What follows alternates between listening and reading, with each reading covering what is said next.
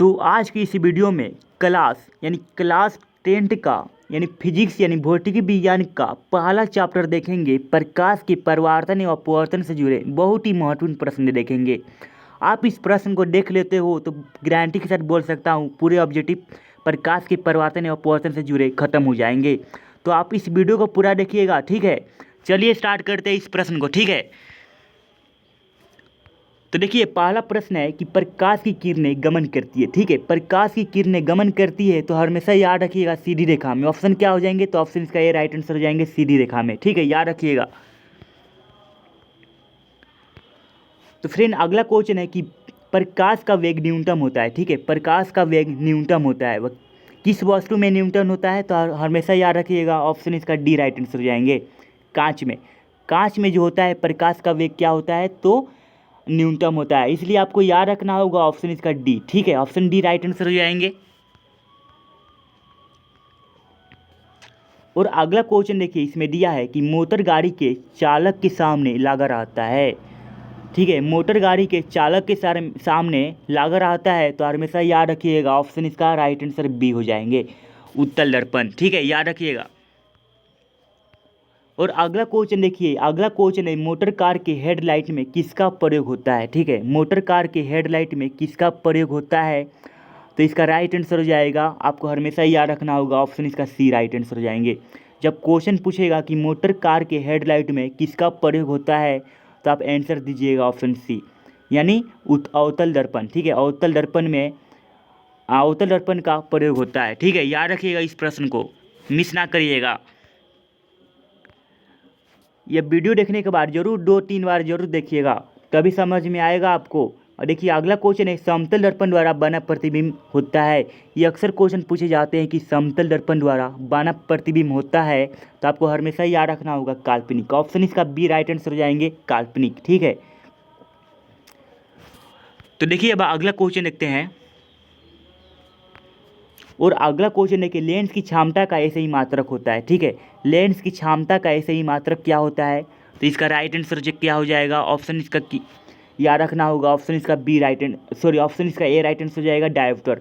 हमेशा याद रखिएगा लेंस की क्षमता का ऐसे ही मात्रक क्या होता है? तो डायोप्टर होता है। ऑप्शन इसका ए राइट आंसर हो जाएंगे, ठीक है।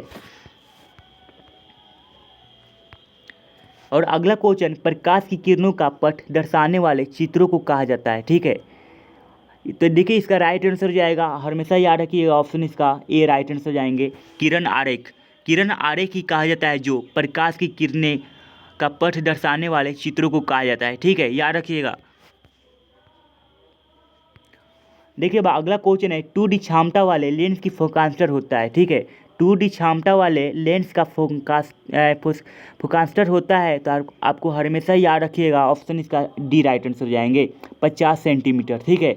हमेशा आपको याद रखना होगा ऑप्शन इसका डी राइट आंसर हो जाएंगे।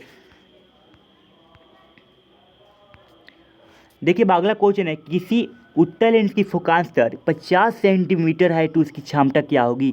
इसमें देखिए क्षमता पूछा है तो आपको हमेशा याद रखिएगा 50 सेंटीमीटर दिया है, ठीक है। 50 सेंटीमीटर दिया है तो इसका राइट आंसर हो जाएगा ऑप्शन इसका डी, ठीक है, प्लस 2D, ठीक है, याद रखिएगा। और अगला क्वेश्चन देखिए फ्रेंड, अगला क्वेश्चन दिया है इसमें प्रकाश की किरणों के समूह को कहते हैं, ठीक है। प्रकाश के किरणों के समूह को क्या कहते हैं? तो ऑप्शन इसका राइट आंसर हो जाएंगे किरणपुंज। ऑप्शन इसका बी राइट आंसर हो जाएंगे, याद रखिएगा इस प्रश्न को। और अगला क्वेश्चन देखिए उत्तल लेंस की क्षमता होती है, ठीक है। उत्तल लेंस की क्षमता कैसे होती है? तो इसका राइट आंसर हो जाएगा, हमेशा याद रखिए धनात्मक। ऑप्शन इसका बी राइट आंसर हो जाएंगे धनात्मक, याद रखिएगा ऑप्शन इसका बी, ठीक है। देखिए अगला क्वेश्चन है कि अवतल लेंस की क्षमता होती है, ठीक है। अवतल लेंस की क्षमता कैसी होती है? इसमें पूछा था कि उत्तल लेंस की क्षमता, इसमें अब पूछ रहा है अब अवतल लेंस की क्षमता। आपको याद रखिएगा अवतल लेंस पूछेगा तो ऑप्शन इसका ये राइट आंसर हो जाएंगे ऋणात्मक, ठीक है। जब उत्तल लेंस पूछेगा तो धनात्मक हो जाएगा, इसलिए इसका राइट आंसर हो जाएगा ऋणात्मक, ठीक है।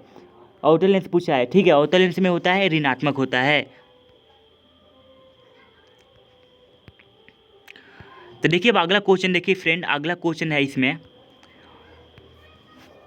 उत्तल लेंस को कहते हैं, ठीक है। उत्तल लेंस को क्या कहते हैं? तो इसका राइट आंसर हो जाएगा, आपको हमेशा याद रखिएगा, इसको अक्सर क्वेश्चन पूछे जाते हैं, ऑप्शन इसका सी राइट आंसर हो जाएगा, ठीक है। अब सारी लेंस ठीक है, याद रखिएगा ऑप्शन इसका सी राइट आंसर हो जाएंगे अभिसारी लेंस। ठीक है, अभिसारी लेंस।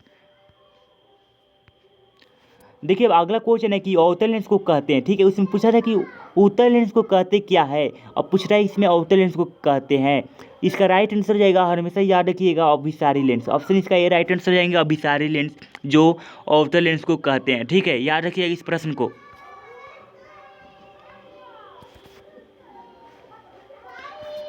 और फ्रेंड अगला क्वेश्चन है कि निम्न में से कौन सा पदार्थ लेंस बनाने के लिए प्रयुक्त नहीं किया जा सकता। ये अक्सर क्वेश्चन पूछे जाते हैं, BBI लिख देता हूँ, ये क्वेश्चन पूछे जाते हैं बिहार बोर्ड में, अक्सर क्वेश्चन पूछे जाते हैं। ये 2021 एग्जाम में पूछा था, बिहार बोर्ड में सेकेंड सिटी में पूछा था। ठीक है, इस क्वेश्चन पर फोकस करना होगा आपको। तो इसका राइट आंसर पहले बता रहे मिट्टी। ऑप्शन क्या हो जाएंगे, तो ऑप्शन इसका डी। ठीक है, ऑप्शन इसका डी याद रखना है, मिट्टी। मिट्टी जो होता है लेंस बनाने के लिए प्रयुक्त नहीं होता है। ठीक है, याद रखिएगा इस प्रश्न को। अगला क्वेश्चन देखिए, इसमें अगला क्वेश्चन है किस दर्पण से हमेशा वस्तु का छोटा प्रतिबिंब प्राप्त होता है।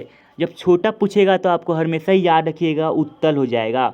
जब 12 पूछेगा, देखिए ऑप्शन इसका बी याद रखिएगा। अब देखिए यही क्वेश्चन आ गया, अब दूसरा क्वेश्चन आ गया,